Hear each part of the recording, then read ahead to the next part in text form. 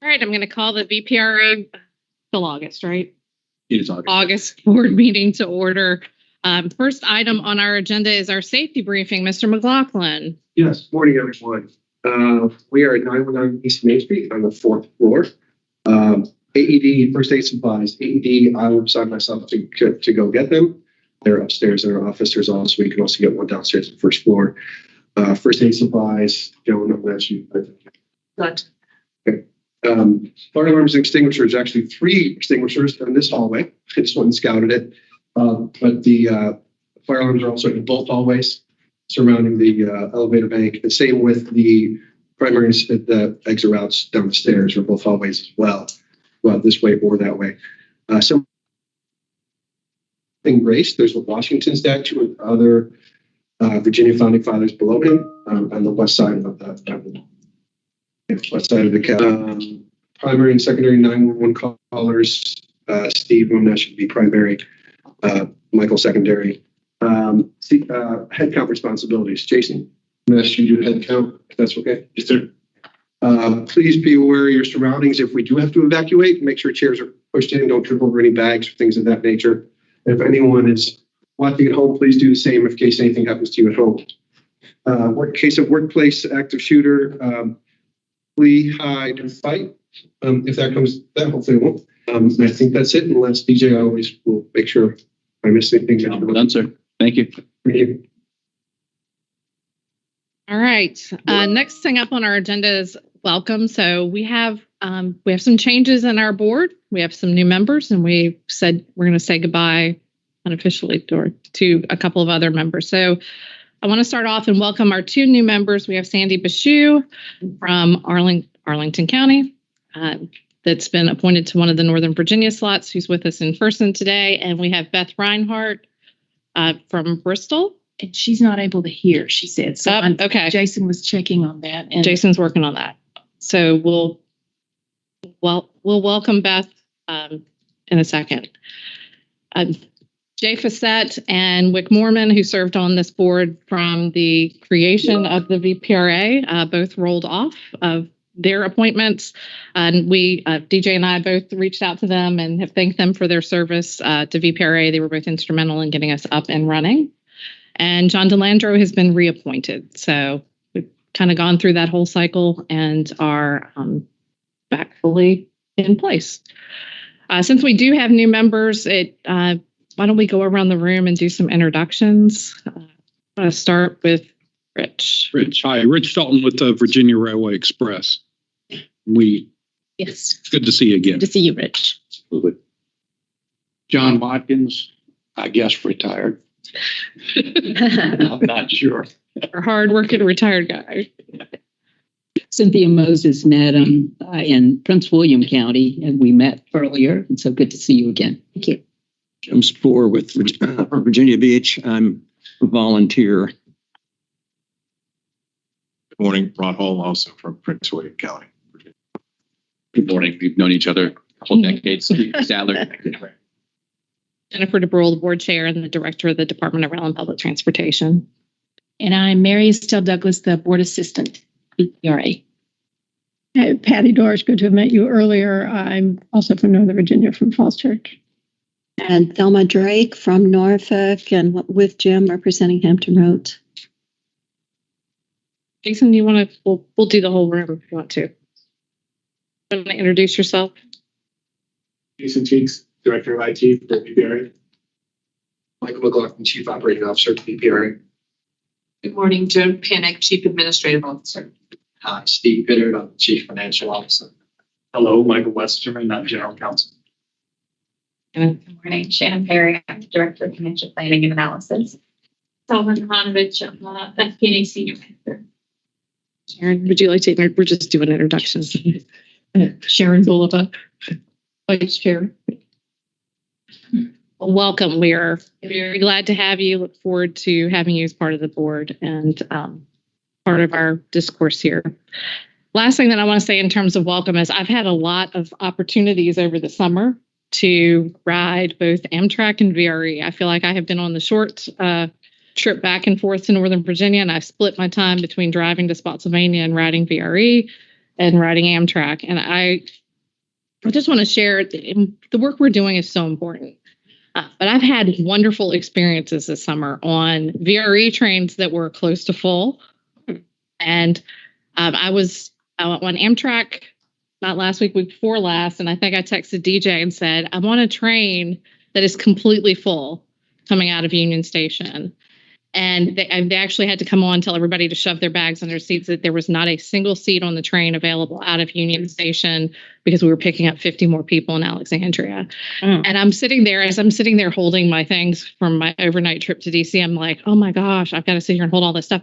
And I'm like, wait a second, I love this. This is what we're here for. It was great to see. And I actually had a number of staff that were on trains later in the day that had the same experience. And so it just is a nice reminder of how important the work we're doing here is and how important the investments that we're making in Long Bridge and in the corridor that benefit both Amtrak, intercity passenger service, and VRE are to the Commonwealth and to our economic vitality. So I just wanted to share that by way of welcome. I believe in what we do. I'm out there riding and like what I see. And so that's where I want to start today. And I'm going to turn it over to you to DJ to start with. Oh, wait a second. I'm turning over too quickly. Next item on our agenda is public comment. And so we have for public comment, we have one person signed up. Jay, it's good to see you. We have 3 minutes for you, and then we'll conclude public comments after that. So welcome, Mr. Corvallis. Thank you. Hey, everyone. My name is Jay Corvallis. With JBG Smith. We're a real estate investment trust with significant holdings in national land.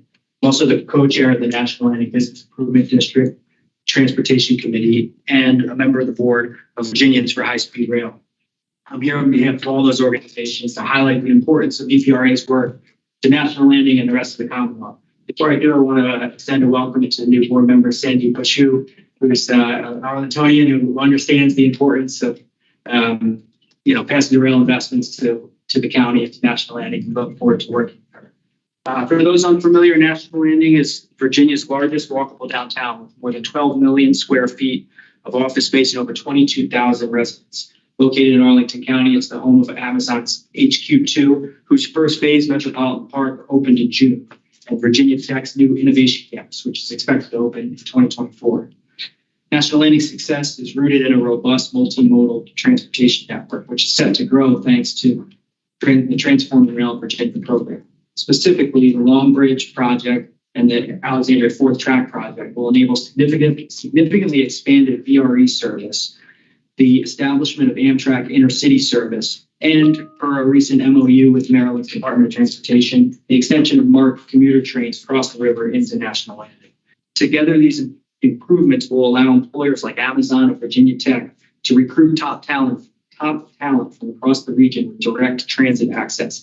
In today's economy, that ability to attract knowledge workers is a major competitive advantage. We appreciate VPRA's role in making all this possible. Look forward to more details about when this new service will begin in National Landing.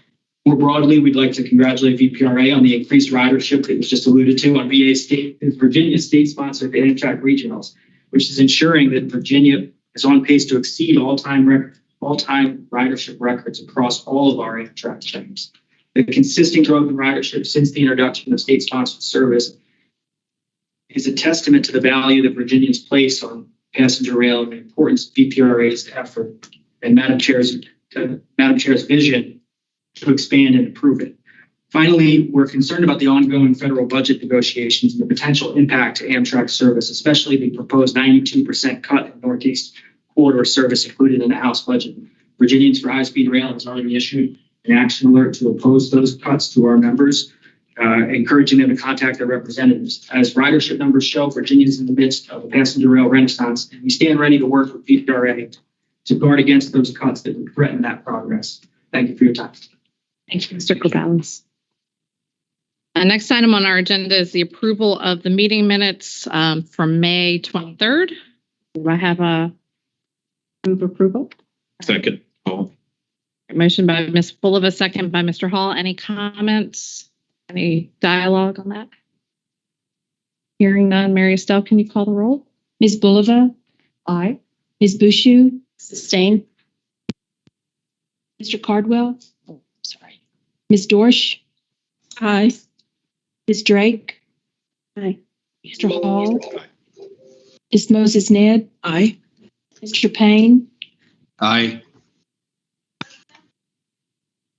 Ms. Reinhardt? Aye. Mr. Spore? Aye. Mr. Watkins? Aye. Saw Mr. King take his mic off, but I don't hear him. Oh, he should be able to hear him. Yeah. Motion carries. All right, so the motion carries here. Thank you. Next item on our agenda is our Executive Director, Mr. Stadler. Thank you, Mr. Brule. Good morning, everybody. Welcome. It's good to see everybody here today. We have a lot of information overall today and a lot in the Executive Director's report, so I'm going to go relatively quickly. That should not stop you from asking questions or stopping me if you want more detail, so please feel free to stop. Administrative updates, I would be remiss if I led with anything other than tremendous ridership and revenues that we saw in fiscal year 23. Jake Morales talked about it. The chair talked about it. We have just seen people flock to the trains, and that's going to continue to happen as we add more service and continue to work with Amtrak and VPRA to run the trains on time. FY23 was a record. You see the numbers there. I would add to that July of 2023 was the first month of the fiscal year, and also the largest ridership month we have ever seen in Virginia, with over 125,000 passengers. I know for a fact that about 30 of those trips were gender rule, but even without those trips, that would have been a record. So that's good news. For the record, it's cheaper to take Amtrak than it is to drive to Northern Virginia or DC and park a car for the day. I agree with that. I fully support the extension of the express lanes to Fredericksburg. I also do. Those tolls range cheaper, yeah. So that's great news, and we expect that to continue, with the caveat that at some month we're going to come here and say, we had a real good ridership month, but it wasn't a record, and we're ready for that. A lot of what we are seeing now is the addition of the new services. Last year, we had 3 new trains. It's going to level out. We are going to continue to put service where people want it and make sure with Amtrak that we're giving them a safe, reliable, quality experience. The next 2 bullets are really just testament to the fact that we continue to work on moving the projects. We're 28 months into this, and we're getting projects to 60% design and moving things with partners like, as you see in the last bullet, VDOT. It's coming to fruition, and we're going to see shovels in the ground really soon, and it's very exciting. Those 2 bullets just talk about the continued progress that we're having in those projects. Organizational updates, we're at 43 full-time employees, 1 part-time. I believe that's the same that we were at the last meeting. We had no new employees come on in August. Here's the snapshot of where we are by gender, race, and age. We feel good about where we are. It's something with every selection that we make, we are cognizant of. Not specifically, really all 3 of them are things we focus on, but ensuring that we've got a good balance in everything we do has been important to us from a cultural point of view. Here's a snapshot of the FY23 annual incentive plan goals that we put in place last year. I said this in the Personnel and Compensation Committee meeting, and I'll repeat it. We're thrilled to have met every single one of these goals. When we put them in place, we were really nervous as an executive team because they were stretch goals. At that point, we didn't know how ridership was going to come back. We weren't sure about cost recovery. All of the last 3, the Long Bridge, Franconia Bypass, I mean, that really relied on industry working with us. That relied on us getting procurement teams in a place where we could get these RFPs and RFQs out. And again, I'm happy to say that we have met or exceeded every single one of these goals. Happy to go through them one by one, but in each case, we set an aggressive deadline and we hit it. It's a big part of the team we're building, making sure that folks have that sense of urgency and understand that we've got to work together aggressively and professionally to get these projects done by 2030. Any questions on the 2023 goals? You can see, we talk about these every meeting. Sure, go ahead. DJ, what's your fiscal year? We go from July 1st to June 30th. DJ, Sir. What is the timeline with regard to the final approval on the funding for the bridge? How long is that projected out? So the funding for the bridge, the last dollar, I guess, will be spent in fiscal year 31. Right now, we've got the shortfall for the entire phase 2 projects. We have, and we'll talk about this a little bit later, but we've got pending grant applications for a CRISI grant and for a Fed State Partnership grant. We should hear about CRISI. The CRISI grant is specifically for the bypass in Franconia Springfield. That we should hear sometime before September or by the end of September. Fed State Partnership, the calendar says that we should hear by the end of this calendar year, so December. If we have asked in the Fed State Partnership to be fully funded for phase 2. As you know, most of the money that we have now on this portfolio comes from Virginia. We're looking for the feds to help us fill that last hole. And we should know about Fed State Partnership by December. Is this being complicated by the proposals that the House put forward with regard to the cut in transportation, in rail transportation? I would say no, not yet. It's something that we're watching closely, but I mean, you've seen this before. Until an agreement comes, we just don't know. The good news is that we're funded through Virginia, through the Commonwealth Rail Fund. If we don't get funding from the feds that we're counting on, hoping for, and we feel like we're really competitive for, we've got to go back and look at the Commonwealth Rail Fund and say, okay, well, maybe 2030 we can't do. We've got to use a couple more years of our money. So that would delay the projects for sure. At this point, they haven't gotten far enough in their deliberations, I think, for us to really comment on that. Thank you. No, I would agree. Okay, thank you. Anything else on 2023? Mike, anything you wanted to add on the grants or? I just want to note that when we compared to state fiscal year 2019, that was the highest ridership record year ever. We weren't cherry picking a lower year. 2019 was a great year right before the pandemic. So it might look that shows you how great fiscal year 23 is. 2019 was setting records. Hence why we went out with CSX and Norfolk Southern to complete some deals to get more trains. So that was a great year. And if you told us back then we're going to exceed that in 23, I think that all day long. It's great ridership numbers. Okay. And one other point, I'm glad you brought that up, Mike. Our fiscal year is from July 1st to June 30th. We track performance, though. We do performance from October 1st to September. So some of these dates actually go after the fiscal year. And you'll see that. So for FY24, here are our current AIP goals. This is still in draft. We're waiting for final Amtrak numbers for 23, and we just want to make sure that all of these timelines are good. But we have, once again, following the theme from last year, set what we think are aggressive goals. The thing that jumps out at you is increase ridership by 3%. Whoa, wait a second. Last year we increased it by 40+%. You really think 3% is aggressive? We do, because we're this year comparing the same amount of service to the service we had last year. It's year over year, 24 over 23. We're also comparing a post-pandemic ridership in 23 to what's going to happen in 24, and we really don't know what's going to happen if there's another strain of COVID, God forbid. So we think that 3% is aggressive, because if you look before 2019, going back to 2009, when State Board of Service started, some years we were flat, some years we went down, some years we went up a little. So 3% is a little bit above the average that you would see over that time frame. So we think that's aggressive. The cost recovery goal is higher than what we experienced this year as we continue to move forward working with Amtrak to balance revenues and ridership. And then the next two are continued milestones for Long Bridge, which of course is the biggest project in our portfolio. We want to get the RFP for South Package out by March, and that'll be to this shortlisted group of vendors. And then the phase 1 notice to proceed on the North Package by the end of month January. So just quickly, and Mike will talk about this more, and he's probably going to roll his eyes because I'm taking his words, but we are currently in a procurement phase with the short list of vendors on the North Package. They have to get their proposals back to us by September. We will have identified the vendor of choice by probably early November, and we plan to come to this board in December with a contract for approval for the North Package of Long Bridge. And then if you all approve the contract, we would then move forward with them on the North Package. And then you see the other milestones on other key projects. The last bullet, similar to last year, is just making sure organizationally we continue to get set up, second phase of the ERP, and then also getting a standardized project management process in place. So when we're comparing projects, we have a codified and documented process for how we manage those. before you move on, can I just want to add one more thing?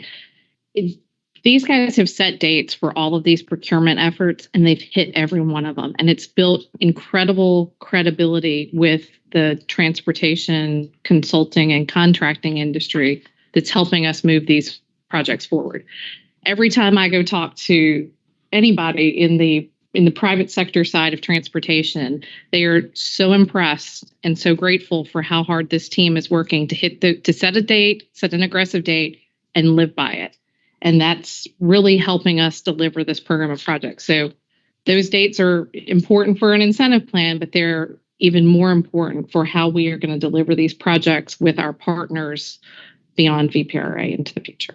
Thank you for that. So, thank you. I would just add, there are a few things more rewarding than having someone who I've worked with for 20 years say to me 6 months ago, you guys will never hit that date. And then 6 months later, I can't believe you hit that date. I've enjoyed that. And you know who you are. Anyway, so these are our goals for 2024. Any questions on these? All right, that's a great segue into culture. So 28 months into it, Mike, Steve, and I were the first 3 employees, and we knew that we would have to build an organization that could deliver this aggressive portfolio of projects. And this is a word, I don't even know the official name, word jumble, word, whatever. These are the words that came out. What is word cloud? Word cloud. Thank you very much. I'm so old. This is a word cloud that talks about the different traits of VPRA that came when we interviewed every single employee. We did confidential interviews with every employee. And these are the things that came out: fast paced, scrappy. I love scrappy. Friendly. I mean, these are the things that we are looking to build from a culture point of view. Every selection we make for employees, we want to make sure that they can handle the controlled chaos that is a startup organization. And we are just a startup. We're 28 months in, so we're starting to settle. But there's a lot of growing pains that we need folks that are strong enough to endure. We're also looking for folks that have a sense of urgency. We can't settle for, we're going to miss this deadline by a month, because then our credibility is out the door. And so we've worked very hard as a team. As the team has grown, we've all worked on this together to deliver on that culture. These are some of the quotes we got from the employee interviews, all very positive. Overwhelmingly, the feedback was positive. So we feel like we're in a good place, but we've got to continue focusing on this. Common themes are on the left. I'm not going to read them. Cautions, though. This is what we're mindful of every day. We need to keep doing the good things that we keep doing. Okay. We need to make sure that we're not getting folks in silos. We're using resources. One of the questions that I ask for every hire is, what does their 40 hours a week look like? What are they going to be contributing? How are they going to become part of the team? What value are they adding to our goals of sustaining and enhancing passenger rail here in Virginia? And if we can't answer those questions, we shouldn't be hiring that person. We also have been very quick when people, and it's only happened a couple of times, thankfully, where people aren't a good fit for the culture, we're quick to say, okay, you know what? Maybe this isn't a good fit for you. It's not a good fit for us, because it's just a bad thing to have folks that are not part of delivering the mission. And so far, so good. We've delivered on that. Something we watch every single day. Contracting updates very quickly. You see this every month in what I send out. These are the ones that happened in July. A quick note: in July of 2022, we brought to you a list of VPRA grant agreements. These were agreements that previously DRPT had agreements with VPRA to deliver projects. VPRA delivers the projects. DRPT was handling the money and the oversight. We assigned those agreements from DRPT to VPRA. In the coming days or weeks, we will be signing the first of our agreements directly with the VRE for the Crossroads project, for the next phase of the Crossroads project. It's about $8 million, and let's not even say. It's $8.4 million. It's smart scale funding, so the funding is going to come, and we're going to help Rich and his team manage that. Because it's more than $5 million, I'm just letting you know we're going to sign that agreement sometime in the next couple weeks. And it's just in line with the way we manage the projects that are there now. The other contract that I want to bring to your awareness is the operations contract for Amtrak first quarter. So that we signed, it was just over $5 million. We talked about it at the last board meeting. This is the contract we have with Amtrak for them to continue running our service. We thought that we'd be in a position October 1st to sign a whole year contract. Long story short, The 209, the PREA 209 policy is changing the way Amtrak charges states for service, and that's continuing to be finalized. So Amtrak is not in a position to give us final numbers yet. We're going to, in turn, sign another 3-month amendment that will cover service for October through December. That dollar amount will be in total about $22 million, and we've got a lot of room in there. However, $22 million offset by the revenue that we'll collect, so it'll be under $10 million, we think. When we sign that contract, we will send out a note saying, hey, we signed this, but because it's more than $5 million, I just wanted to let you all know ahead of time. We will be entering into that agreement. We've got to do that to run Amtrak service. So your fare box recovery is around 45%? No, it's not. It's actually more than that. But we'll go through that later. Okay. There's a detailed chart about that. Okay, thank you. Yeah, in fact, last year it was 67%. So from your expertise with the Amtrak, so $5 million this quarter, you said $22 million probably for the year. How does that compare? Do you have any idea with the other states? Are we paying more or less or about the same? I mean, we have more service, maybe. I don't know, but the rates are the same. The rates are the same as the other states paid, but our cost recovery is higher. I won't say than all states, but it's darn near the top. Yeah. Because our ridership and our revenue is so high. Okay, thank you. But what we pay is, thanks to PREA, for better or for worse, it's the same as the other states pay based on how much service we get. Okay, so the formula for the other states is the same. Okay, I didn't realize that. I thought they were all different depending upon the miles of operation. It is. So the rates are based on the service that we get. Okay. Oh, and based on, you said that, like the shared stations, there are some stations that are 100% for state, so we pay all of that. Some stations that share with long distance, so we pay a mix. But the formula that's used to establish our cost is the same as the formula for the other states. Okay. And in fact, that's what's complicated it over the last couple of years, because PREA was passed in 2009. Probably 2012, 2013, the first cost allocation agreement was put into place. That's worked well, but a lot of states wanted changes. We've learned a lot since then. So now we're in the process of putting a new formula in place to charge states, and getting that formula finalized, getting the forecast finalized has been a challenge. For all states. That's not a Virginia application. Perfect. Thank you. Any other questions on the contracting updates? All right, speaking of last July's board meeting in July of 2022, we came to you with a SWAM goal. We were looking to be very aggressive in having our business go to small women and minority-owned businesses, disadvantaged businesses. This is a look at our total spend. So this is all of the spend money that came out the door in FY23. We had a SWAM percentage of 3.3%.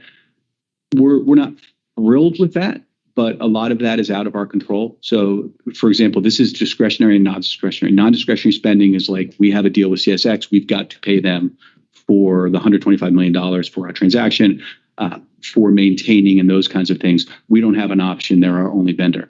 The good news is that our discretionary spend, we wanted to have a goal of 10%, and we hit that out of the park, knocked that out of the park. We had a goal we had an actual spending of 24% of our discretionary spend. So on the procurements that we could choose who got the work, 24% of it went to SWIM and DPE. So I mean, we're, again, excited about that number, cautiously optimistic that we can keep that up as we continue into a lot of work that unfortunately has only a few vendors, but this with procurement is something that we focus on with every transaction. It's really good results, in my opinion. In Virginia Beach, we had a goal of 10%, and we got 11%. But big construction operations like this, it's really tough. It is, and I'm glad to say that. So this includes not only our spending, but when we contract with a big construction company that's not a SWAM, we say to them, you have got to have a SWAM goal as well. And so when they filter the money down to a SWAM, this is that as well. But yeah, we're happy with 24%. Any other questions on this? So DJ, just to understand what we're comparing here, is it just the denominator changes? Yeah, it's the same. So in total, about $243 million went out the door. Okay. Of that, $8 million went to SWAM. That's on the first slide. So the second slide, of that 242 that went out, only 33 of it did we really have a say on where it went. Okay. And so, yeah. Thank you. And then Could we go back to that? I just one last thing. Well, thank you and the staff for accommodating discussion I had between VPRA and North Virginia Black Chamber. But to the extent that there are peak windows where we as members can be proactive in our outreach to these, particularly SWAM communities, give us a heads up just to let us know, hey, this is something you might want to be. And so candidly, that's not something we've done well. Yeah. And we should do that. Yeah. We should really leverage this group more than we do. Yeah. Things like that. So we will do that. Appreciate it. DJ, one other question. With regard to SWAM eligible participants, do we have a firm number to see what is the potential for what type of business we could do with them? So is there like number of vendors? Number of vendors. Yeah, we have a catalog of vendors and that catalog grows all the time. And we can get you more information on that. But yes, we have folks that sign up and say, hey, I qualify here. I'm looking for work. Thank you. And then my last item is just the monthly update. If there are any budget adjustments, I'm happy to say that in the first month of the fiscal year, we didn't see any reason for a budget adjustment. So we're thrilled with that. Any questions for me before I turn it over to Mike to talk about? Oh, no, just kidding. This is still me. Sorry. The look of fear in Mike's face was priceless. Passenger service update, ridership. I talked about it earlier. We have more than 125,000 riders in July. Great news. You can see we continue to have a gap from the previous year. I'll just go through these quickly because you see these every month and they're pretty consistent. Here it is route by route. The two routes that are the closest are the Roanoke route. And I think that's just the adjustment of having the second service.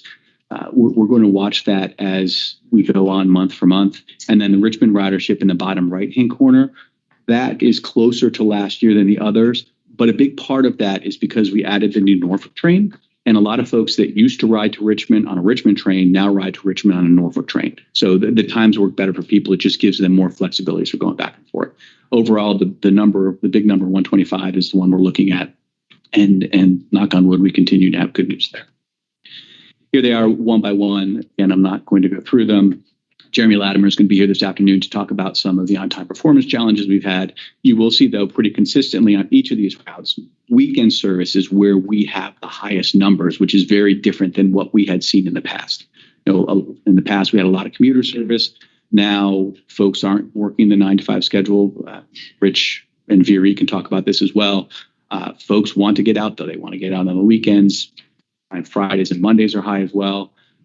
So we're looking to how we can market the train to get folks on the train where they want to go.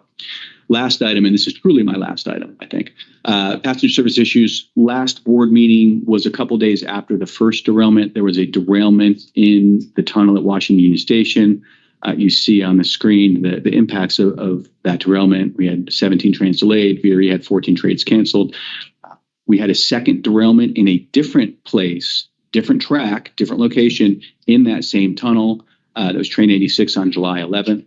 That impact was much more significant over the course of a couple days. Rich had 48 trains canceled over 3 days. I will say this, and this is why I bring this up. Number one, we always have to focus on safety, and these things happen. There were no injuries in either of these incidents. Amtrak was quick to react. VPRA, CSX, everybody really pulled together to make this as non-impactful as possible. We actually had a former board member on the first train, and she emailed and said, hey, I'm on this train. Everything has been as good as we could expect. The communication has been fantastic. We have been well taken care of. These things happen. We actually, after the second one, we called in one of Amtrak's vice presidents, Jared Alston, and he gave us a full rundown of what happened, talked about what they're doing to ensure that all of this is being well maintained, talked about the major projects that are coming short-term and long-term to ensure that we are running trains in a safe environment. And it's something that we talk about with them all the time. They've been great, very responsive. And our July ridership number was as high as it was despite these incidents. So, did Amtrak provide a reason for these two derailments? Do you know what the cause was, or? We talked to them about it. I think there's pending legislation, so I'm not sure that's my place to talk about that. Okay, thank you. Okay. We're not Virginia related. It's good. Any other comments or thoughts on? I just had one quick question. It came across my clips this morning. Norfolk Southern facing all-day technology outage, had significant disruptions for Amtrak. Any idea if any of that impacts the Commonwealth? That hit a couple of our trains, but that impact is over. So what they had, so positive train control is the system that's been put in place in some places longer than others. But it's a great safety improvement that keeps trains apart from each other, correct? Which is what you want. They had, I have to count my days, they had an issue on Monday where the system went down and it stopped traffic, and we had a couple trains canceled. Yesterday was the last of those cancellations. They could not run the southbound train because the day before the northbound train hadn't made it up there, so they didn't have the equipment. Yep. But as of yesterday, it's been resolved for us, and it should not impact our passenger service anymore. And if somebody knows something different, let me know. I'm pretty sure that's right. They are, though, concerned because they had a lot of trains that didn't make it through, and so their cargo is pretty. Yeah, I hear it's pretty significant. Yeah, but on us, it was only 3 trains. Okay. Okay, now I will turn it over to Mr. McLaughlin and Capital Projects. Thank you. Really, this time. Before I usually begin and go down through a number of projects. Before we do that this month, a little differently. Steve and Shannon's team have put together some budget variances for what we expect in 23. So we're going to start with those. And the first slide I want to show you is this. A lot of us, we talked at the May board meeting about getting some good estimates. And those good estimates come at 30% design. Again, we talk, and so for some projects, when we began our 2023 budget cycle, we weren't at 30% of design. For a lot of them, we were not. So we did not quite have the budget estimates that we wanted. DJ mentioned earlier, in this past 6 months or so, we've hit 30%, some projects 60%, some projects we're getting to 90%, such as the Alexandria 4-track here in short order. So we want to be very diligent in this coming year, setting up for FY25, which from our staff standpoint actually the budget cycle begins soon, because we're going to be reporting to you in December and January what our preliminary budget is for FY25. It's not that far away, even though our fiscal year just started just under 2 months ago. So again, we're doing things a little differently as we move forward. We want to make sure that we have a true baseline budget, which is we're going to consider 30% design.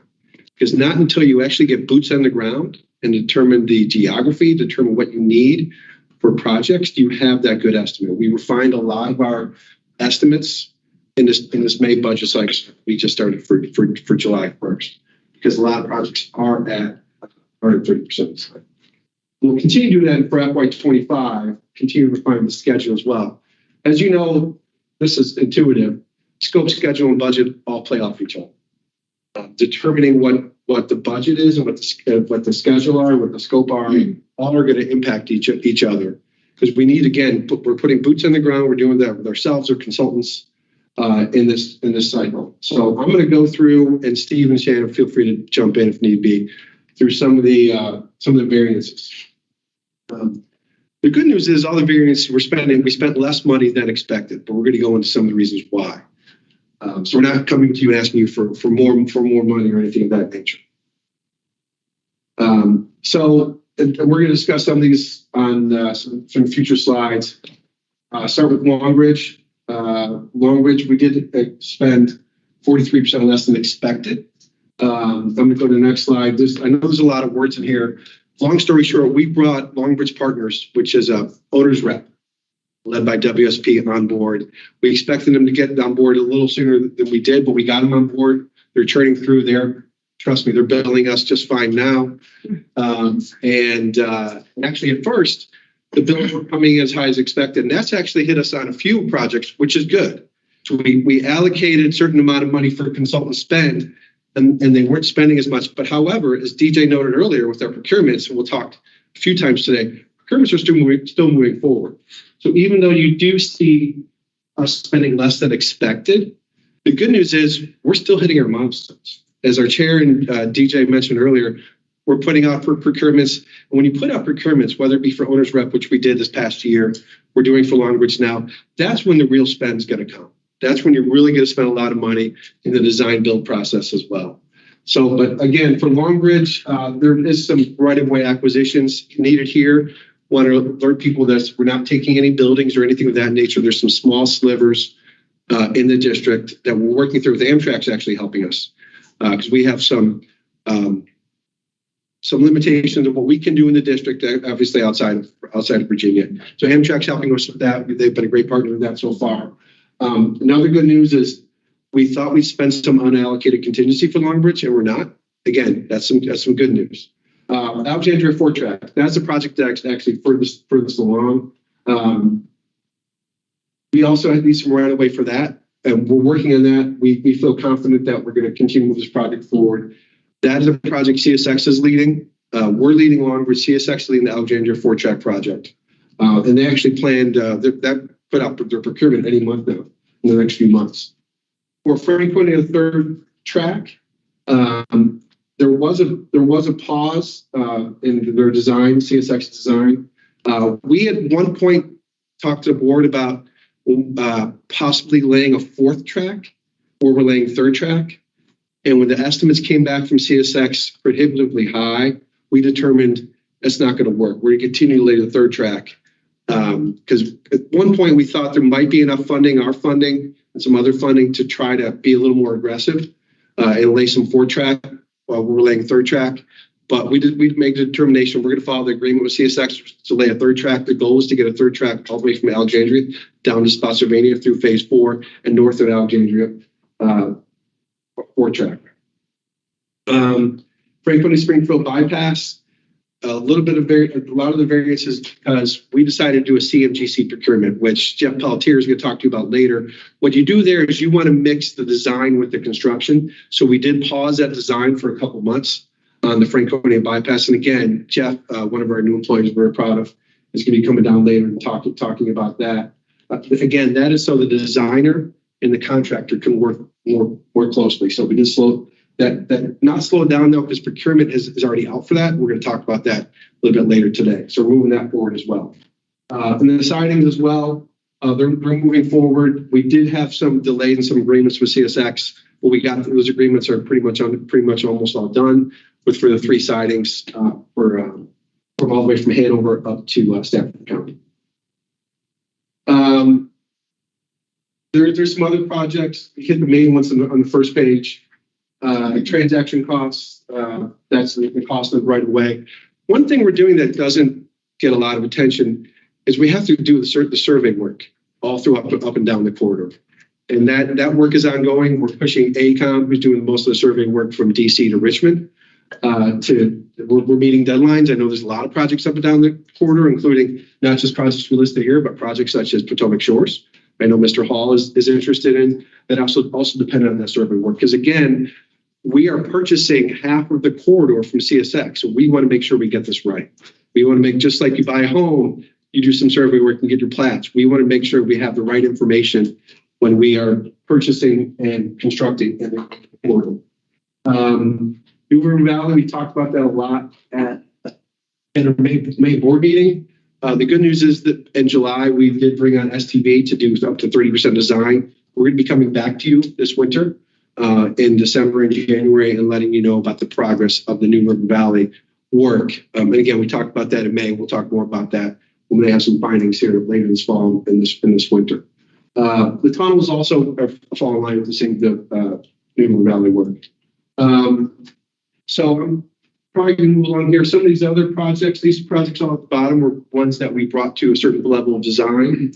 They are not the core projects that we had a certain agreements that had to be done by certain timeframes with CSX, but still we're moving them forward. We might come back to you to seek some funding for some of them in the future. I do want to talk about some recent site visits. So let me pause there. I don't want to go over, I know there's a lot of information here, but I do want to pause here and see if people have any questions. Yeah. So, Timmy, if y'all remember back in May, we talked about our budget and how we inherited a group of projects that were really at a conceptual level of design. And we were just focusing on budget at that point. And to me, where we're at right today is we're finishing out the triangle and saying scope and schedule goes along with that. And so when you're looking at the 23 budget to actual, it was based off of conceptual data, conceptual level of design. So there wasn't a lot of accuracy. And Mike said it very well. We're now building a lot of that accuracy. In the last 6 to 12 months, we've moved a lot of projects at 30%. Several of them are even over 60, I believe. So when we do the FY25 budget, we should have a lot better spend plan based on that level of engineering. But we do have to work through all those required projects.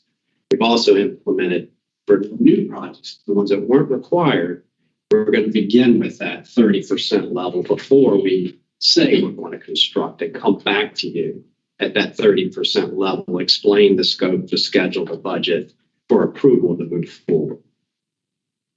Some of those include the Richmond layovers and King Commonwealth bridges. We've talked about some of these at some past board meetings.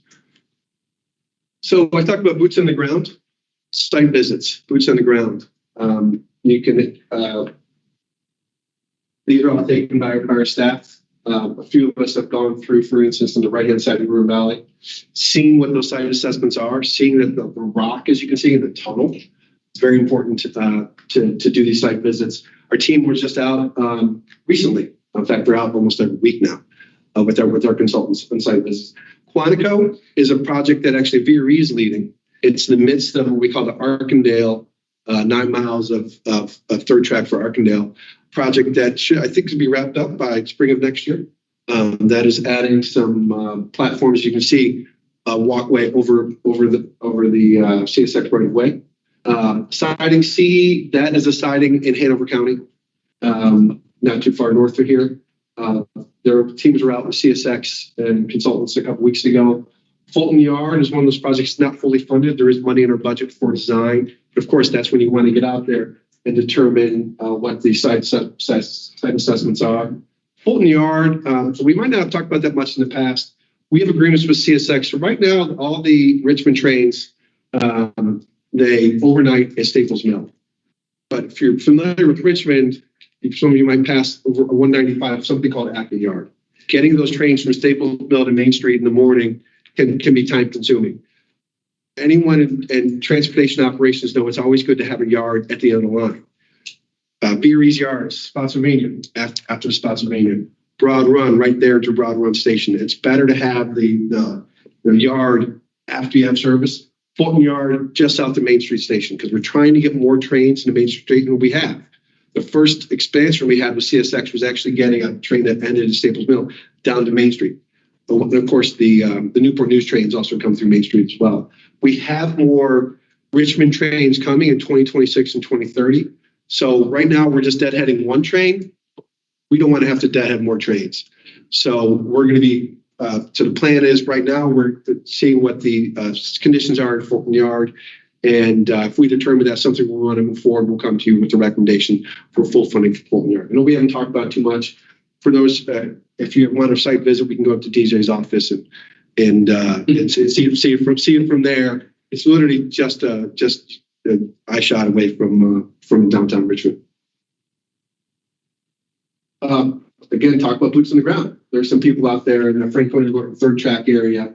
Also, as you can see, Newington Road right there. Newington Road's a 1-lane road, not 1 lane each way, 1-lane road that because of what we're doing, we've talked about a lot with Vice Chair Bolivar as well. We're going to be widening that because we're adding another bridge over that. Actually, we allow up to 4 tracks over that. So that's something we've been out and taking a look at a lot. Bridges over Accotank River. Again, putting boots on the ground and when there's rock, when there's rivers, when there's roads that need to be impacted, and VDOT impacts. We have a lot of interaction with VDOT. These are things that are going to impact their cost, their budget, scope, and schedule. Franklin Learning third track. We talked about this a little bit. Key is here. I want to take away. 60% designs are coming in less than 2 months in October. Steve mentioned 30% summer, 60%. This is one of those key projects, 6 miles, and the bypass is being done at similar within the boundaries of this. So again, 60% design plans coming in October. Long Ridge, I'm going to talk a little bit about this a little bit later with Winnie. We're going to give you some of the dates. We thought it deserved its own few minutes to talk to you about some dates for the RFP and the RFQ. Sometimes I to pause myself and make sure I'm getting the dates right because we have a lot going on, obviously, with 2 procurements out for Long Ridge. Test piles. One of the reasons we're out yesterday talking with the media, some test piles are coming in the next few weeks. That's important to know what we're dealing with out there and the conditions out there. Alexandria Ford Track, we talked about this already. We've had a few good meetings with CSX recently on that. And if anyone hasn't, I'm going to geek out a little bit here. Being in a meeting with VPRA, with Dallas from Rich's team, with Amtrak, with CSX, I've had the opportunity to be in some of these meetings with them with the Alexandria Ford Track project. And one of the reasons I love the Alexandria Ford Track project is it's so complicated. So we say we have meetings with them trying to construction staging and chair the rule. We've talked about this with this Crystal City to DCA bridge. That's got to be coordinated with the Alexandria Ford Track project. VPRA's Crystal City station, Amtrak's Crystal City station has to be coordinated with the Alexandria Ford Track project. The Alexandria station, the VPRA Amtrak station, has to be coordinated with the Alexandria Ford Track project. So being in meetings with brilliant minds, I have the luxury of standing up here and reporting this to you, but the minds in that room, from all FRA, CSX, VPRA, to hear them, to coordinate the project staging that needs to take place. It's complex, it's challenging, it's exciting in many ways, but there's also going to be some challenges there too. Can I add to that it's thrilling to be at those meetings and know that fourth track will add track capacity as you're sitting in your car driving away, taking 35 minutes to go 2 miles to the Beltway? Well, and it's also important for the congestion on the derails, because at places like at Crystal City right now, there's only one platform. The island platform, same with L'Enfant, very similar. Adding an island platform allows you 2 edges, so trains can go each way coming into the station. You don't have to wait on that congestion for that train to get out of the way. Alexandria Station, we're adding Ford Track, improving the platforms. There's actually work going on right now. You guys are close to 100% design yourself at VPRA. That's got to be coordinated. So that's going to improving safety there as well, getting the platform above the top of rail, and improvements for ADA improvements there as well. So again, sorry, allow me to geek out for a few minutes. It's exciting work. Again, the Franconia bypass, for those who aren't too familiar with this, Jeff's going to talk about it later. The bypass is going to be taking, if you're going from south to north, a lot of the VPRA stations, for instance, in Stafford County are on the east side. A lot of the VPRA stations, including the island platforms, will be on the west side, north of Franconia. It's taken our passenger trains up and over to not conflict with CSX trains that are coming through at a good clip. But Jeff's going to talk about that a little bit. Some other capital projects that we are going to push forward and or others are pushing forward. Trying to think what we'll leave you with here. King and Commonwealth, we'll talk about that, I think, in coming months. That's a project also in the Alexandria Ford Track area. There's about 7 projects, not kidding you, going on in that area. Those are the bridges right next to the Kentry station. Those 90% design for both bridges are coming in October. We're getting 60% and cost estimates for that. That's why we want to talk to you about that. See if we want to determine to move that forward at the next board meeting. VDOT, I mentioned it once. We have a few agreements to move forward with VDOT. I also want to give a shout out to our chair, Mr. Rule, who used to work at VDOT, has a great relationship with Chairman Rich. If there's ever an issue, she often helps to dislodge things moving forward. But good relationship with VDOT. And again, a lot of impacts to VDOT up and down the corridor. We impact them, they impact us. So it's great to have these interagency agreements that have also gone through the Commonwealth Transportation Board, a sister board, if you will, that were taken to the board this past summer. Capital and operating grants. These are generally grants that we give out to others. We talked about Crystal City and L'Enfant. Those projects move forward. In fact, the procurement for L'Enfant has been out for a couple months now. And we'll be awarding it in September. Awarding in September. I look forward to that. It's exciting. And again, I'm not going to go through all these. Quantico is another important project we already talked about. Arkansas Falls Creek is also in that Quantico area. Again, the variances, I do want to point out the Alexandria Station improvements are going to be moving forward. So I'm not too worried about that right now. We talk with your team almost every day, if not at least every week.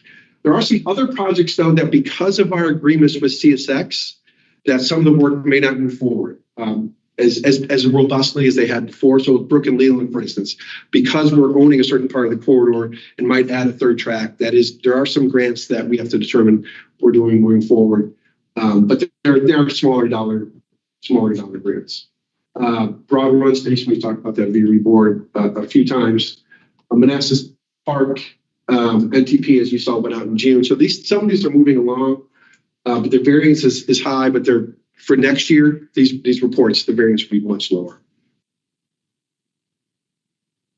And again, these are some other smaller projects that we have. The station program planning, we haven't talked about it as much recently, but we do own some stations now. And we're moving forward with making some improvements, say at the Ettrick station, for instance, and that is in that station programming and planning. Amtrak equipment, I think, Steve, we'll talk about this a little bit later, but and also the Roanoke Yard improvements. Norfolk Southern, so Norfolk Southern's got two projects to moving forward. One is Nokesville to Calverton, just south of the Manassas area. Another one is Roanoke Yard. They have made some improvements to their design for Roanoke Yard, so that is one that they haven't spent much money, but we've been told they're going to be spending a lot more money moving forward. They're going to be making improvements to Roanoke Yard that will allow our trains to get from Roanoke to New River Valley. So that is part of the larger agreement with CSX. At the two trains that get to Roanoke right now are going to be moving to New River Valley. We want to make sure those trains don't get caught in Roanoke Yard. I was down, Mr. Dalton and I were down at talking with Norfolk Southern and earlier this month about this project, and they're moving it forward. So again, I know there's a lot of variances here that 99, 100%, but we have assurances that they will be billing us, and happy to do so in coming months. We went through most of these already. Not sure if you have any questions, you can always feel free to stop me. These are projects, I think we touched on all of these. And I think with that, Steve, let me pause. I was going to say, let me pause. If you want me to go back, I like to iterate back and forth. Just have a question. The test piles for Long Bridge, it's going to happen in a couple of weeks. Is that going to have an impact on the public? And are we letting WMATA know too? Because the yellow line is not too far. Yes, we're reaching out to stakeholders and letting them know about the test piles. In fact, I went through it quickly, but National Park Service is another big stakeholder. I think that was mentioned in the slides. That we coordinate with National Park Service because we did get approval from Congress to use up to 4.4 acres of National Park Service land. So will they hear sound and vibration, or we don't really know until? That's a great question. As far as there's not, as you know, in that area, there's not as many people or offices right in that area. But we are letting people know. And you're right, WMATA, we're going over their portal right there. If that's the line going right there at Potomac's Edge. So we are letting stakeholders know.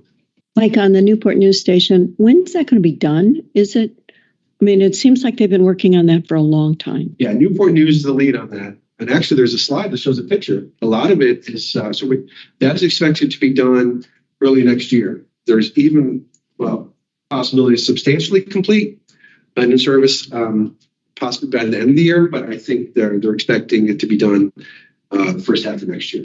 Thank you. Yeah, we do have significant funding.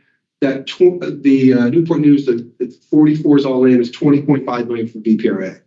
Newport News is leading that. VDOT has a role in that as well. It's a great new station that hopefully we should have invitations for opening ribbon cutting the first half of next year, if not sooner. Thank you. Mike, what's the progress on Ettrick? Progress in Ettrick is we bringing. I'm looking at Winnie. That's our procurement. We're bringing. We have a designer. They're 90% design. We're looking to finish that up. So for those who aren't familiar, Ettrick is the Petersburg station. It's a $10 million project, $6 million from the federal CRISI program. That is for canopy improvements, platform improvements. We actually are looking for funds, federal funds. We have an application out there. I just want to be clarified because it's really two projects. One is to improve the parking lot, the canopy, ADA improvements. We also have a request in to look at a larger station redevelopment because that is one station where VPRA took ownership of a large plot of land. And Chesterfield's really excited as well because that's right across the street from Virginia State University. Right. And to be able to do, our planners are excited because we actually get some land to plan with. So There's another applicant, and I think it will show later in the federal funding slide. We have a request in, there's a house earmark actually for over $1 million for Ettrick Station planning. We need some money to do a larger station plan. Do we want to rehab the station, or we want to build a new station? But again, we got some acreage out there. And also that would be part of the Richmond to Raleigh project, because that Ettrick Station, Petersburg Station, could be one of the biggest beneficiaries of Richmond to Raleigh. We're planning to bring a third track in there, so we want to do it right. So there's a shorter, make sure things are safe and dry out there, because every time it rains out there, and it happens, stations all throughout Virginia, you have puddles and things of that nature that might not shouldn't be there. So we're going to improve that in the short term.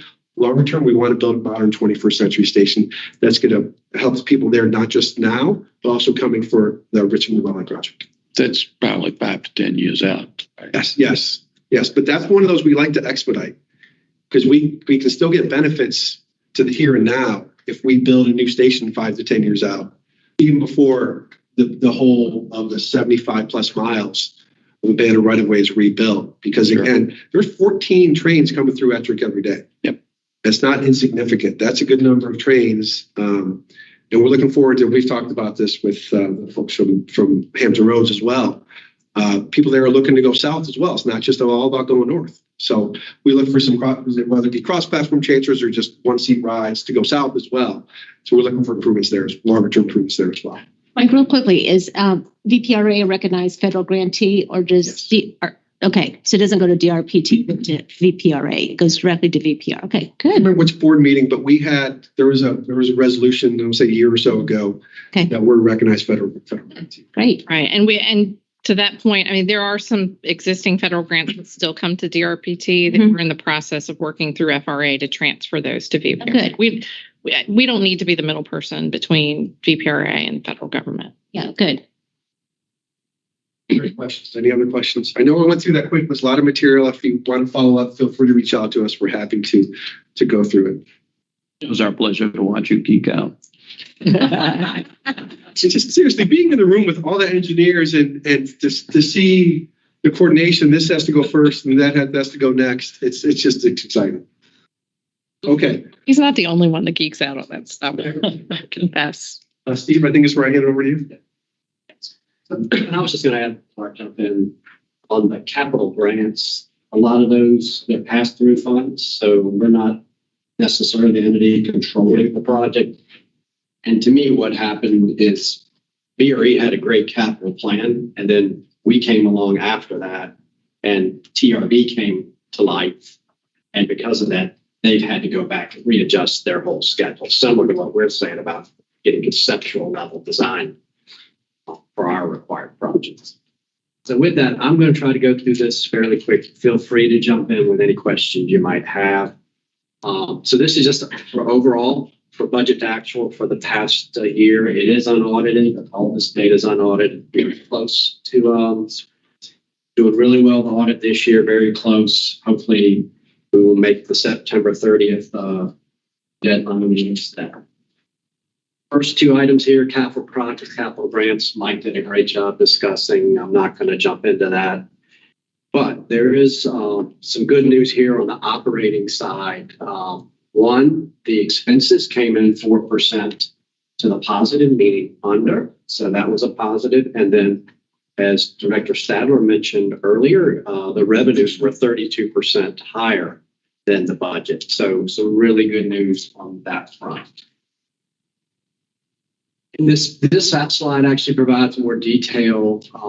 And Dr. Bashir, you asked earlier about cost recovery. And there's really, so we look at cost recovery, we talk about 67%. It's all in. It's the direct Amtrak passenger costs, the direct revenues, but then it's also all of our administrative costs, our maintenance. You say 67%, it's all in. But if you actually look, my first bullet here, if you actually look at just the direct, so to speak, like I guess I could call it the gross margin, so to speak, on our passenger service, we were at 96% recovery. The train ticket revenues covered 96% of those direct costs, which is outstanding. So when Amtrak reports a number, that's the number they'll report because that's the net, their cost versus the revenue. So that's what you'll see.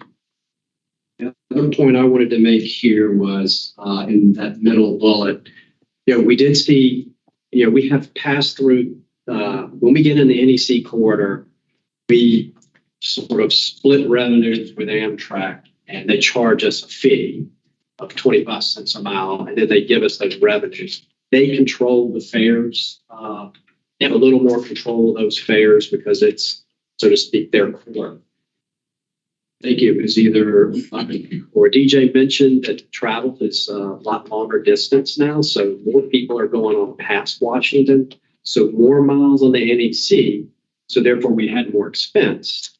And the revenues didn't quite match up to that same differential. But the way we have contracted that service is we will always be to the positive when you net the two. So there was a positive $8.7 million of the NEC expense versus the revenue for last year. If the projections are we're going to be negative, the expenses are going to exceed, then we can decline that in the contracting for the annual operation with Amtrak. So once again, really good news there. And last thing I'm going to say, we have spent a lot of time this past year working with Amtrak about the fares and working on the ticket revenues. And I feel like we're in a good place where we can potentially look to adjust the fares. And when I say that, I say it as sort of a partnership thing that instead of us looking at just intra-Virginia, and that's what we're focused on, and Amtrak is looking at just the NEC, I feel like we've gotten to a place where both sides are realizing we kind of work together there. And to make it really successful is what we're going to have to do. Moving along, this is just a graphical depiction of 32% increase in the revenues from pre-pandemic. The other point I'll make here is these passenger revenues, they are critical to our overall financial plan. So we're doing financial planning out to 2031 to win our capital projects in. As part of that process, to fund a lot of the capital projects, to fund the operations we're currently running, we need these passenger revenues to be at a certain level. So when we're talking about cost recovery at 96% of the gross, 67% of all in, those are things that we need to have happen to make our capital plan work. Steve, I think you probably know the question I'm going to ask. Getting our ticket revenues from Amtrak so we can bond against them. How's that coming? Somewhere I was going to mention that. Okay. I thought this was there was a question earlier about how we're going to fund the gap in the budget, and we talked about the federal grants that we've applied for. But then there is some good news that with Amtrak, they are now, top level management has now requested their staff to work with us to figure out the details of how they could start transferring those funds. In fact, Friday will be the meeting with myself and some of my team along with the Amtrak team to hopefully, the devil's in the details, so you never know. But hopefully it will work and there will be good news there on that front. Oops. So this is a slide that just shows historical cost recovery. And you can see pre-pandemic, we were in the 70%, 75% range. Pandemic, the trains essentially stopped. And we went way down. And then we have done an incredible job of recovering post-pandemic.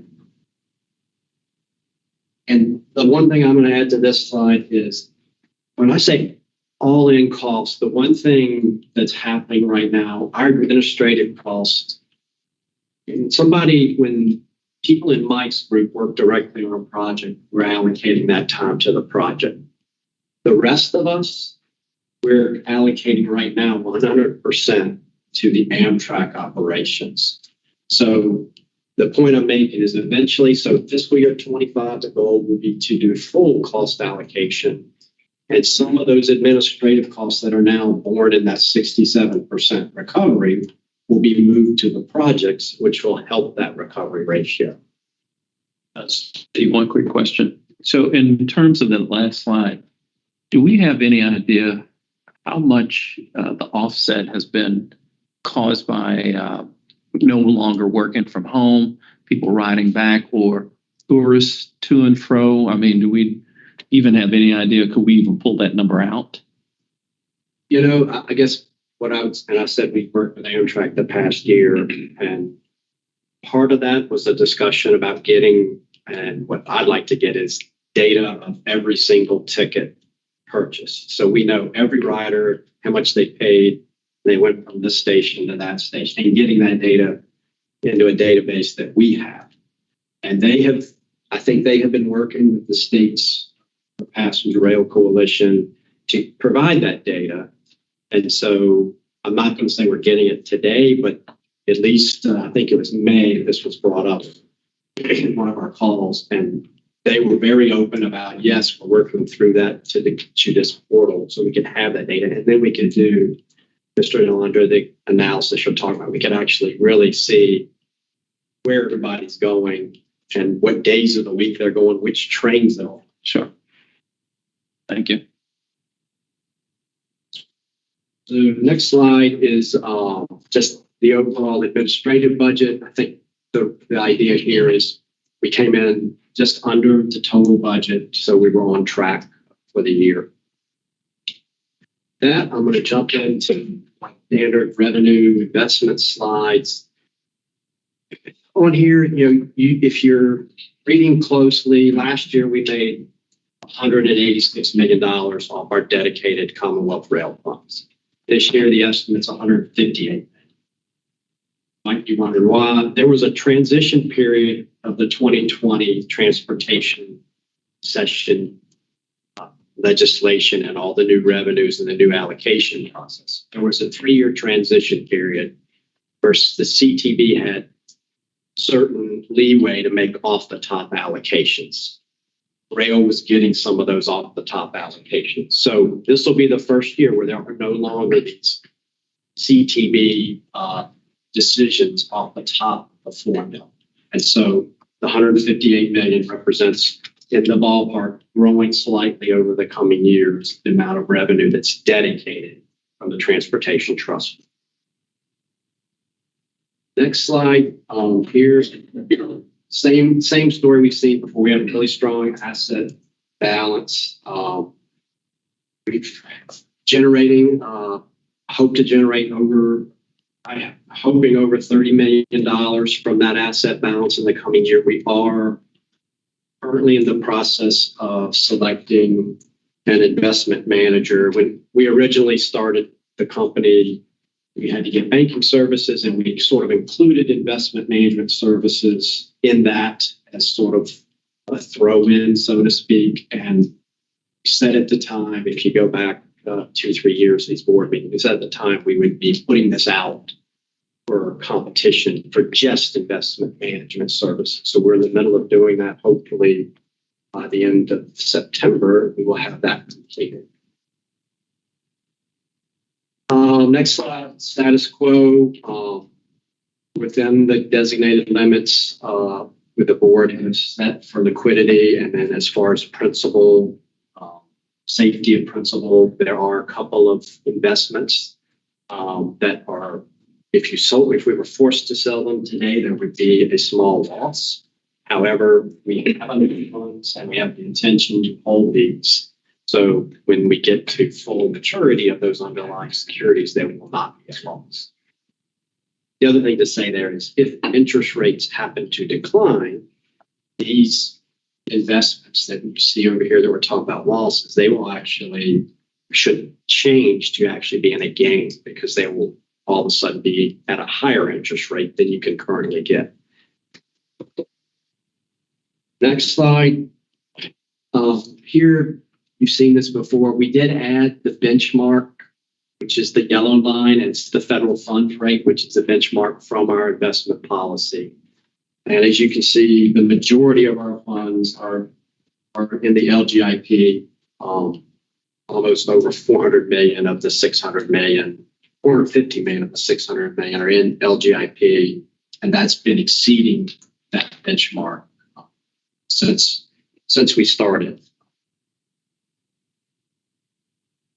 Next slide, Mike mentioned this earlier. I do want to say we did apply for a multimodal project discretionary grant just beginning of last week. It's the submission date, and we applied for the same level of funding, that shortfall in our budget. We applied for that that we did back, I think it was in May.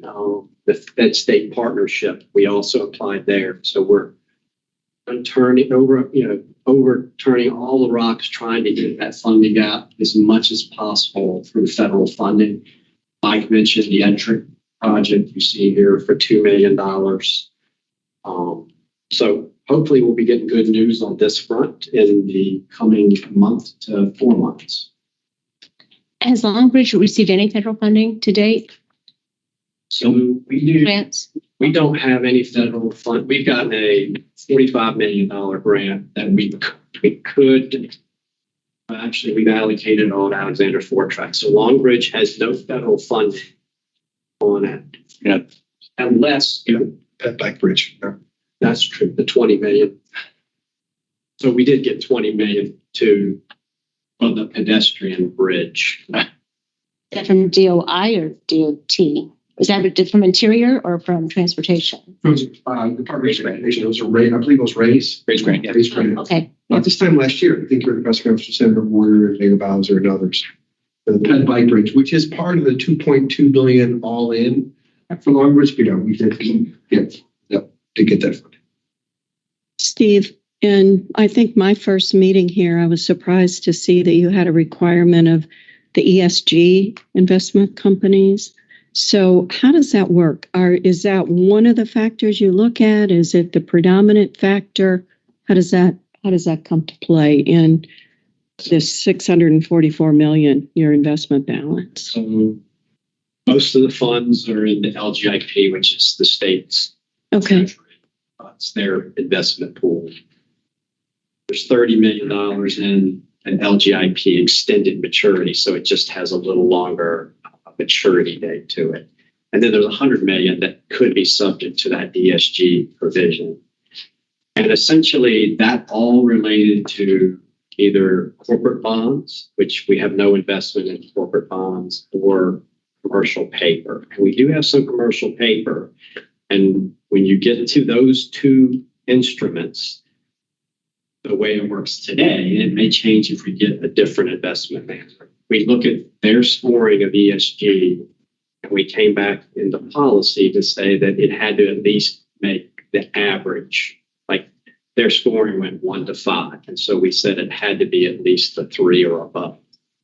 So I would say to you, it has had very little impact today because the current advisor has not had a step into corporate bonds. And I think that's where it could have an impact. Okay. Thank you. Any other questions for Steve or any of us? Now, Madam Chair, that completes the Executive Director's report. Thank you, DJ. Next, And it's late, my apologies. It's okay.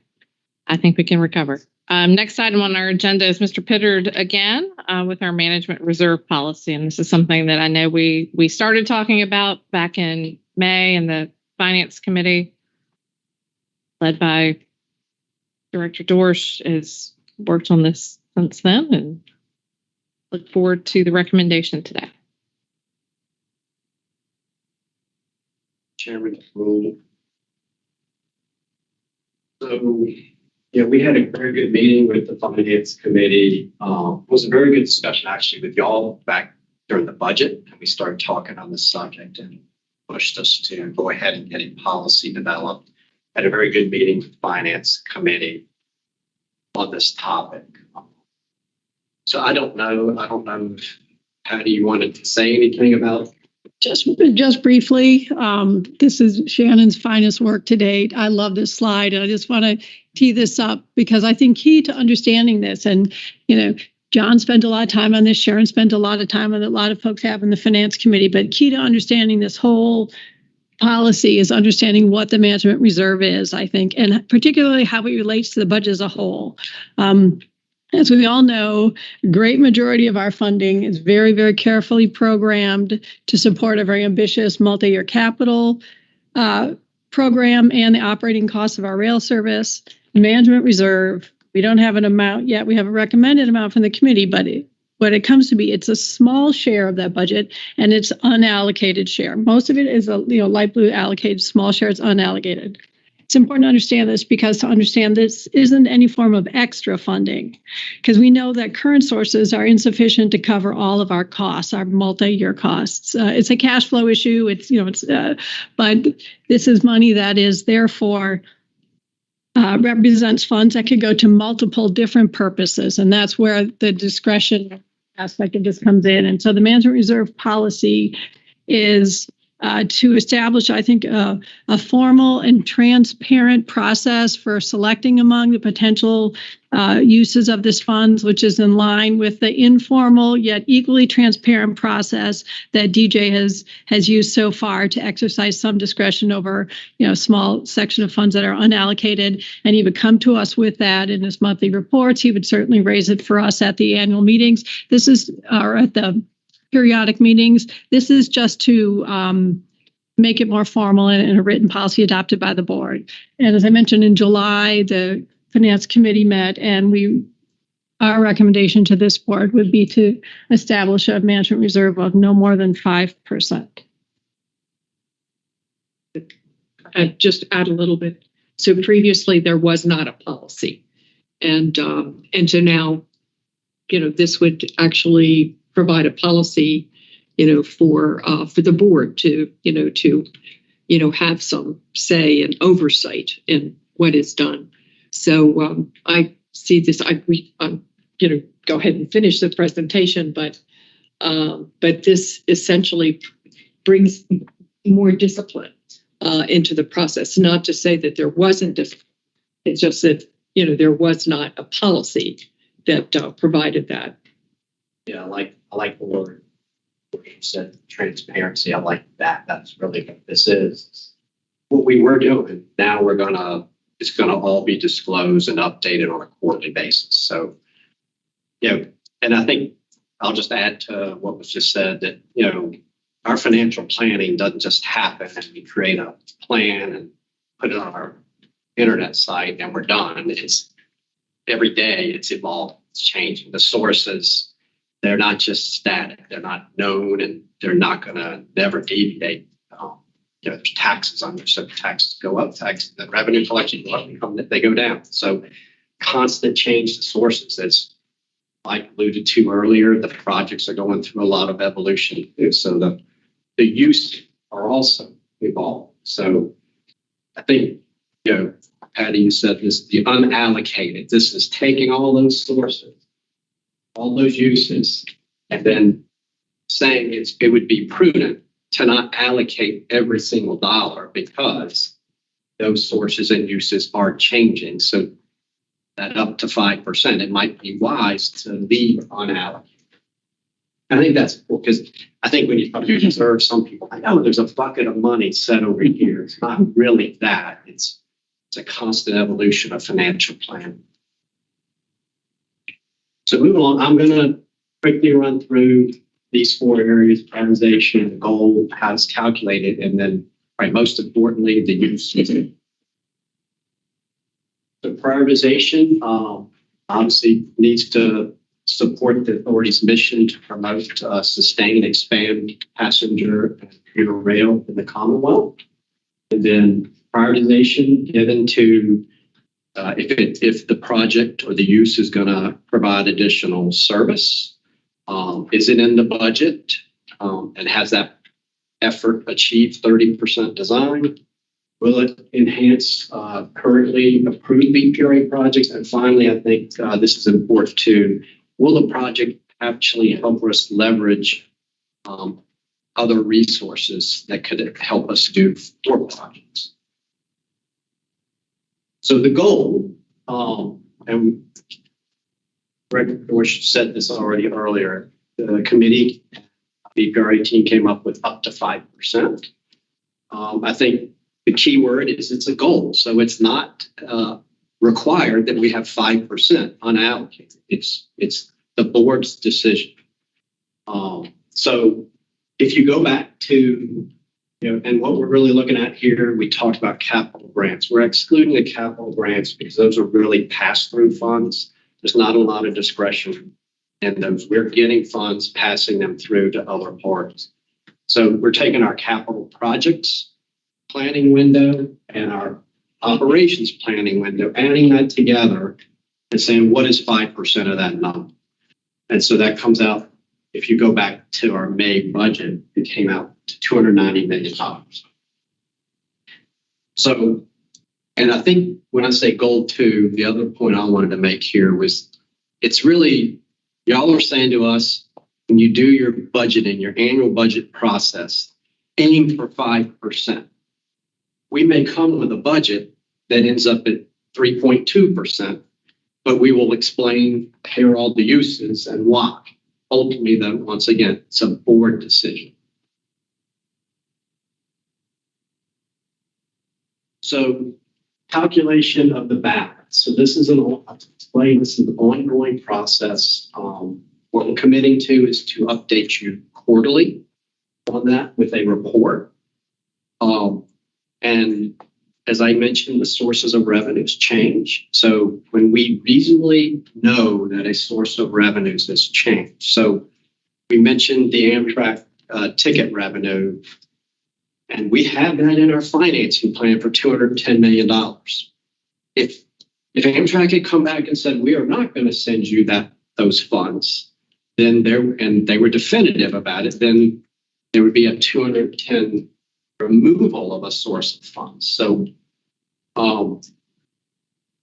you have to actually constantly be tracking that. I'm jumping ahead. That's what the next slide is showing, that taking that financing out, if we didn't get the good news, you'd have to take it out. And in the report, we would be showing that coming out, and then we would be presenting to you. So the board approval part. So at your next board meeting after we provide the report, we'd come for your approval of current reserve balance, because it could be an impact that we might have to unfund some funded projects in the budget.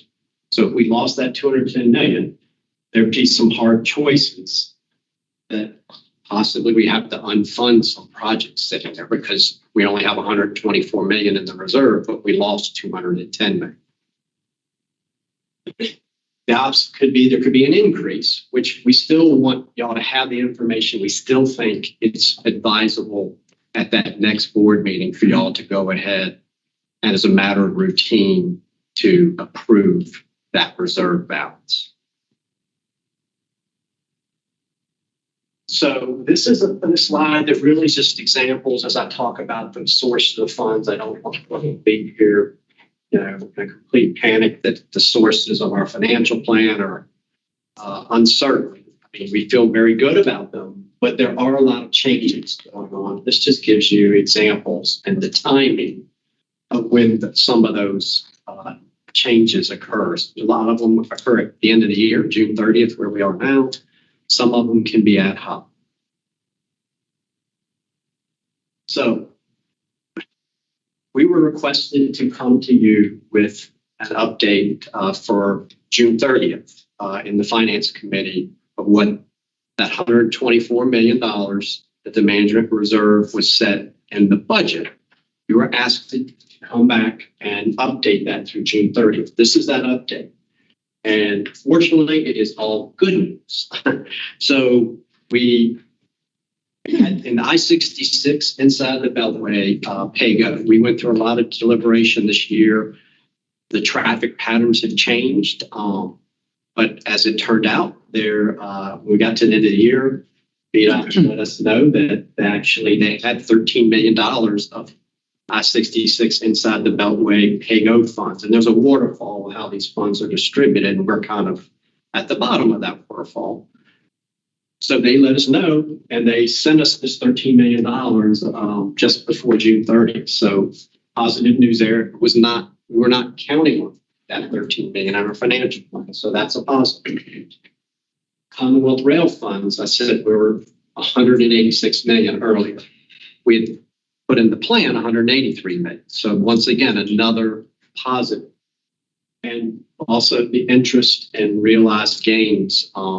We had budgeted, I think, around $15 million of earnings of interest and gains on those investments, and we ended up just over $20 million. So another positive. So this is just sort of an example. Once again, I want to say these are unaudited for another audit. And then to the opposite side, to the right side of the slide, we're just showing the impact on the reserve, those changes.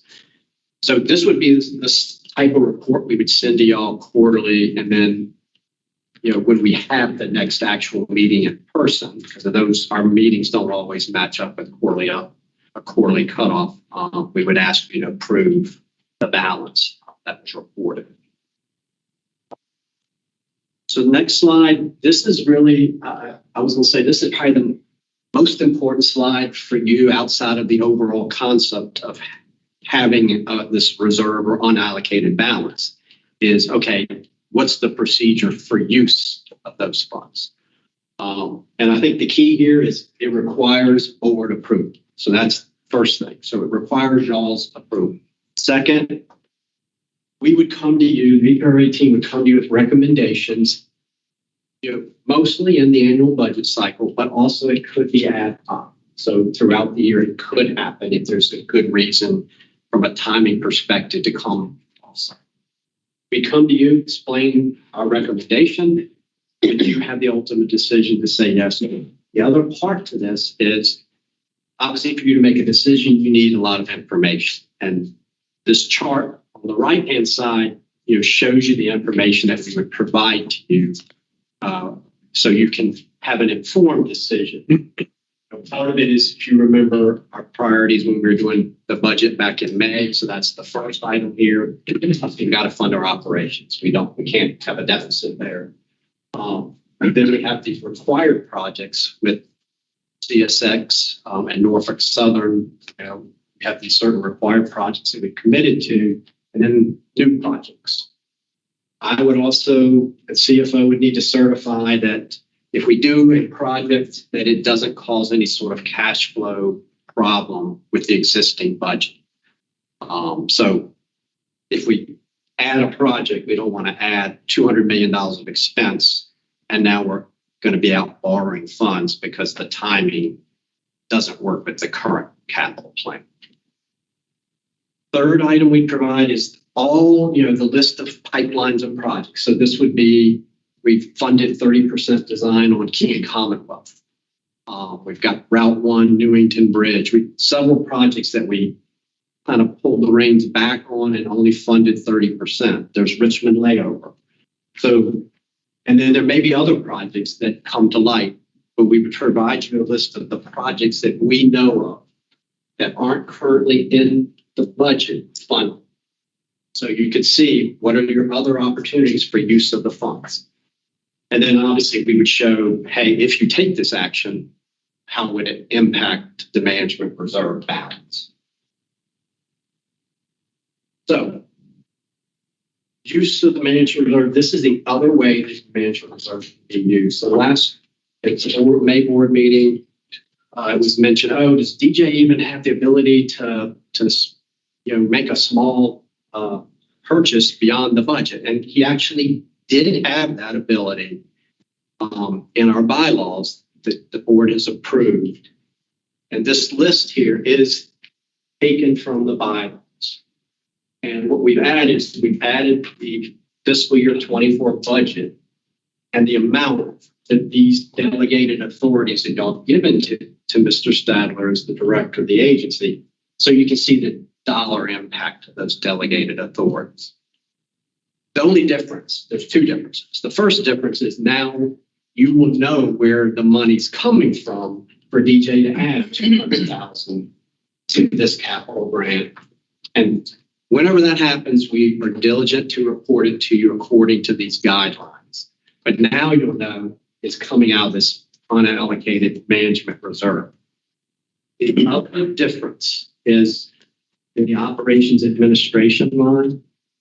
We are asking you, and this will be coming up later in a different resolution. We are asking to amend the bylaws to allow a 1.5% delta on the administrative budget. We started out, we've kind of set this hard, fast rule, the administrative budget we cannot exceed and no delegated authority. And what we realized is we're in the middle of building an organization and you're trying to manage to a budget, and all of a sudden you get down to May and June and you're making decisions potentially to delay something that you deem actually important for the organization because of, of budget. Trying to give a little bit of leeway here. And I think in most organizations, it's rare to have a steadfast, you cannot exceed the budget. There is some leeway. So we will be asking for that in a separate resolution. And finally, this is just an example of what I talked about 2 slides ago. It just puts some numbers to it. So I'm not going to go through it, but it's just giving you a little more information of how that process will work. So with that, there is a resolution. The actual policy that was written up is included within that resolution. And so I am hoping that we can move forward with adopting this policy. Any questions for Mr. Pittard? All right, hearing none, we have an action before the board to adopt the management reserve policy. Do I have a motion to? Yeah, I move for adoption. And I'll second it. All right, moved by Ms. Dorsch and seconded by Ms. Bulova. Any further discussion? All right, hearing none, Mary Estelle, could you call the roll, please? Ms. Bulova? Aye. Ms. Bushu? Aye. Mr. Delandro? Aye. Ms. Dorsch? Aye. Ms. Drake? Aye. Mr. Hall? Aye. Ms. Moses Ned? Aye. Mr. Payne? Aye. Mr. Payne, I can't hear you. Would you mind putting your answer in the chat, please, sir? Yes. Ms. Reinhardt? Aye. And Ms. Reinhardt, would you mind putting your answer in the chat also, please? Mr. Spohr? Aye. Mr. Watkins? Aye.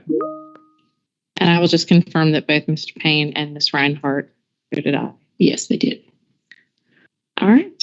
Thanks, The motion carries. Thank you, Mr. Pittard, and to the Finance Committee for work on that.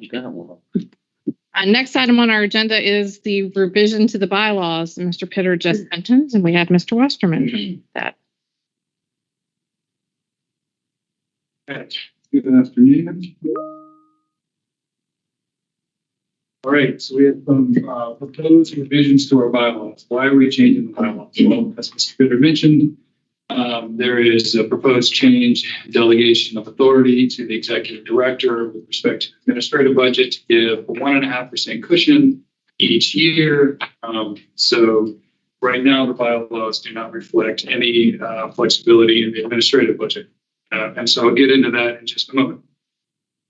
As we went into the bylaws, we said, okay, we're changing them for one reason. Let's go ahead and read through them and see where they're out of date. The bylaws were actually adopted in September of 2021. That's almost 2 years ago. With VPRA years, that's an eternity, right?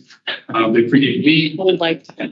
So we gave them a good read. We said, okay, do these bylaws, are they different than we actually do things in practice over the past 2.5 years that we've actually been functioning? So we developed 8 recommended changes to the bylaws that are under consideration for today. I will try to take 10 minutes or less to speak to each of those 8. The first one appears in section 3.1 of the bylaws. What this section currently says in its unmodified form is that the Code of Virginia gives certain powers to the junior passenger VPRA. Some of those are given to the board. Certain ones of those are actually given to the executive director. What the bylaws say today in their unmodified form is that all the powers under the law are given to the authority VPRA are exercised by the board. And so that is actually arguably in conflict with the later delegations under the bylaws where the board delegates to the executive director to do certain things unilaterally, like entering the contracts. So we're simply making a clarifying edit, or proposing a clarifying edit that says The board exercises the authority given to VPRA under the law, provided, however, the board may delegate authority to the executive director, or the board is authorized to delegate certain authorities that are given to it. Because in actuality, the board, this group here, does not exercise every single power given to it under the Code of Virginia. So that's change number one. Change number two has to do with the function of the officer secretary. So each year, the VPRA has to elect its officers. One officer is the secretary. Currently, the bylaws say that the secretary does two things that the secretary actually in practice has not been doing and doesn't do. One is to be the custodian of all VPRA records. So we actually have a records officer. We are the custodian, the staffs are the custodian of all the records for freedom of information purposes. And so that function is really carried out by staff. Likewise, the bylaws currently say the secretary must keep all minutes of meetings that occur. That function in actuality is done by staff. So we're simply deleting those duties from the secretary's duties because they're carried out in practice by staff. So I can clean out my garage. Bring all the records back. Yeah. All right. So change number 3 deals with authority delegated by the board to the executive director. And right now, the bylaws say that the executive director can execute documents and legal instruments on behalf of VPRA and exercise other powers and duties relating to passenger rail within the Commonwealth. And so we're recommended deleting within the Commonwealth. If you look at the authority's powers granted to it in the Code of Virginia, we actually have express authority to function extraterritorially. I think folks in this room all know we own property in North Carolina. We own property in DC, but we have real property interest in DC. We're undertaking projects beyond the geographical bounds of Virginia. So we thought that within the Commonwealth qualifier is not accurate. And so we're recommending deleting that. In the same section, granted to the executive director are the budgetary adjustment authorities. And so as Mr. Bittert alluded to, right now, we're going to talk about the annual administrative budget. There is no wiggle room. And so the bylaws, we're recommending a change that says the executive director may add budgets to board approved line items up to 1.5% of the annual administrative budget. I think Mr. Bittert had to figure those.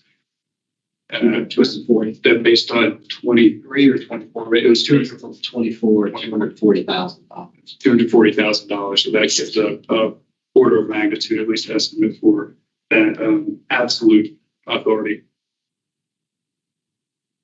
Stop me if you have any questions on what I'm trying to. I want to ask a question, Jack, on that second item. If we're deleting the board secretary's duty, in the bylaws, do we designate or require that someone within VPRA staff be given that requirement? Our thinking was that we do not have to, because the Virginia Public Records Act requires us to be the custodian of our own records. So there's already a codified law, statutory law that requires us to maintain our own records. And the Freedom of Information Act requires us to hold public meetings and take meeting minutes. So that those duties are already there. Those duties are not assigned to a particular staff member. We thought it was perhaps better to stay flexible on that. So we have the duties to maintain our records. We have the duties to keep meeting minutes. Those duties are there by statute. The bylaws do not say who does that. So it could be Ms. Mary Stell one meeting. It could be somebody else that has to step in and fulfill those duties on another meeting if she's on vacation.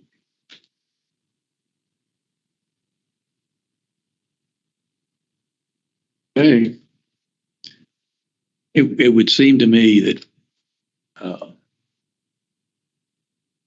somebody inquiring would need to know who to go to.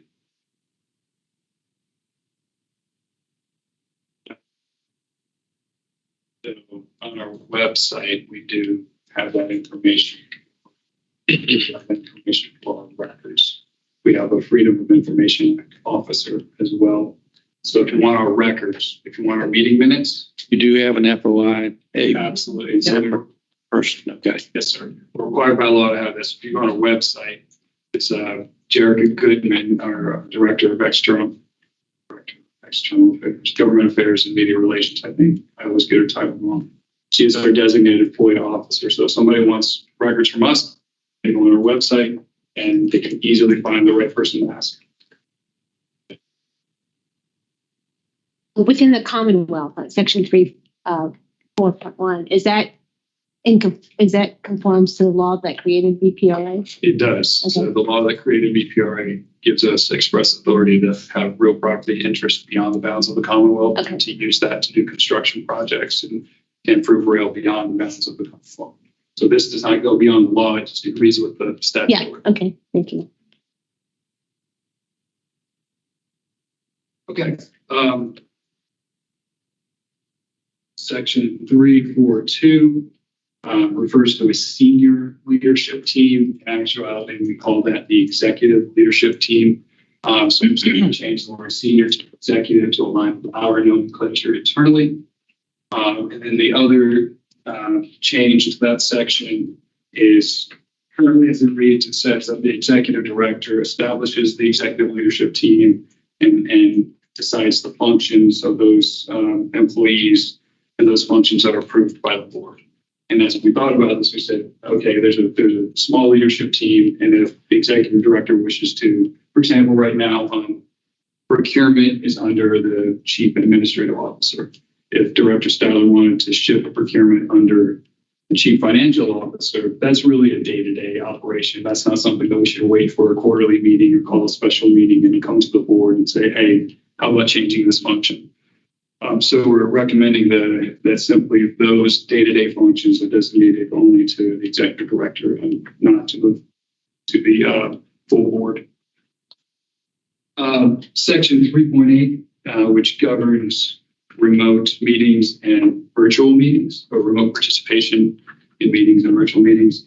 We've changed that section to align with the policy that was adopted by the board last year. This section needed to change because the law changed. Freedom of Information Act changed. In the before times, if you wanted to have remote participation in a public meeting, there needed to be an emergency declared by the governor, and then you could have a remote participation. Those laws after COVID, people have gotten a lot better at remote participation, right? The laws are more relaxed. So, and folks will remember we adopted a policy last year. Now there are many reasons why you can ask to participate remotely in a meeting. And a state of emergency does not need to be declared. All the change says in section 3.8 is simply that remote participation in virtual meetings will be governed by the policy last adopted by the board on the topic. Section 3.10. So this is just not particularly substantial. It's more drafting, but within section 3.10, we talk about the committees that can be established by the board chair and approved by the board. We refer to those as committees, subcommittees, and standing committees within the unmodified provision. Well, they're all the same thing, so we simply cleaned it up and said we're just going to call them one thing. We'll call them committees. And finally, in section 310.1, this is a section that talks about the Finance and Audit Committee. Today, the unmodified language says that the Finance and Audit Committee will make recommendations on all questions related to the financial matters of the Virginia Passenger Rail Authority. That struck us as not accurate, as too strict, because sometimes we might buy pens and pencils or chairs or just do minor things that technically, arguably, have to do with financial matters of the rail authority. But the Finance and Audit Committee doesn't make recommendations on those things. They make recommendations on significant matters, significant financial matters of the authority. So those are the 8 changes that are being recommended. There was in the board package, the modified bylaws were provided in red line. I'm not sure if folks read those, but I'm more than happy to answer any questions that folks have about these recommended changes to the bylaws. Any further questions for Mr. Westerman? So the action before us is adoption of the revised VPRA bylaws. I have a motion for approval. So moved. Second. Motion by Mr. Spore, second by Ms. Bulova. Any further comments or questions? Hearing none. Mary Estelle, could you please call the roll? Ms. Bulova? Aye. Bushu? Mr. Delandro? Aye. Ms. Dorsch? Aye. Ms. Drake? Aye. Mr. Hall? Ms. Moses Ned? Aye. And I believe Mr. Payne and Ms. Reinhardt are both they both voted aye in the voted chat. Thank you very much. I'm assisting today. Mr. Spore Aye. and Mr. Watkins. Aye. Thank you. The motion carries. Thank you, Mr. Westerman. Next item on the agenda ties in with our bylaws, and that is our committee assignments and officer election. This is our first meeting of the fiscal year, so it is timely for us to look at our committee assignments and to take action to make changes there. We have a couple of vacancies on our Personnel and Compensation Committee that need to be filled due to changes in the composition of the Authority Board. What you have in your package for today is a recommendation that we take action to have Mr. Cardwell serve as the chair of Personnel and Compensation, Mr. Hall to serve as the vice chair of Personnel and Compensation. Ms. Bulova would remain on Personnel and Compensation, and we'd add Mr. Payne to fill out the Personnel and Compensation Committee. Happy to answer any questions about that recommendation, but we have an action before us to approve those committee assignments. The Finance Committee is intact with no changes to the composition, so there's no recommendation for Finance.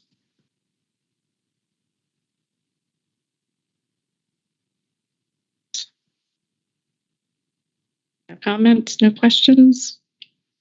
So the action is to approve there's a resolution in your package to approve the VPRA committee assignments as recommended by the chair. So move. By Mr. Watkins. By Ms. Moses. Question. Yes. Actually, is that something that that our board needs to approve, or is that the choice of the chair? So the bylaws, I will answer, and then you can correct me. I think there's a recommendation of the chair, but it has to be affirmed by the board. Is that correct? You got it. Thank you. It was impressive. Well prepared by staff.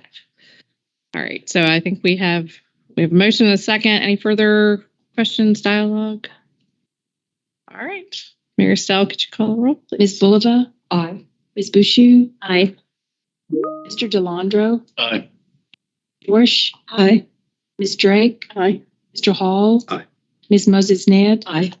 And Mr. Payne and Ms. Reinhardt both voted yes. thank you. Mr. Spore? Aye. Mr. Watkins? Aye. Great, thank you. The second action on this item is we also need to address our officer elections for the year. There are two that remain the same. That is Ms. Bulova as our vice chair and Mr. Spore, who no longer has to store boxes in his garage, as our secretary. I am recommending one change, and that was as we went back and looked at the bylaws, we remembered that in the original drafting of the bylaws that the treasurer position can be filled by staff. And so as Mr. Pittard so aptly serves as our chief financial officer and is our expert on all of our financial matters, the recommendation before you today is that we appoint Mr. Pittard to be the treasurer for the authority. With that, I'm happy to answer any questions, or we have an action item in our package that would have it before you for approval of that slate of officers for the year. Move approval. Motion by Ms. Dorsch, second by Ms. Drake. Any further discussion? Hearing none. Mary Estelle, call the roll. Ms. Bulova? Aye. Ms. Bushu? Mr. Delandro? Aye. Ms. Dorsch? Aye. Ms. Drake? Aye. Mr. Hall? Aye. Ms. Moses Ned? Aye. That was a yes and a yes by Mr. Payne and Ms. Reinhardt. That DJ took care of that. Mr. Spore Aye. and Mr. Watkins. All right, motion carries. Thank you. Next item on our agenda is a budget adjustment for Newport News. Mr. Pittard and Mr. McLaughlin.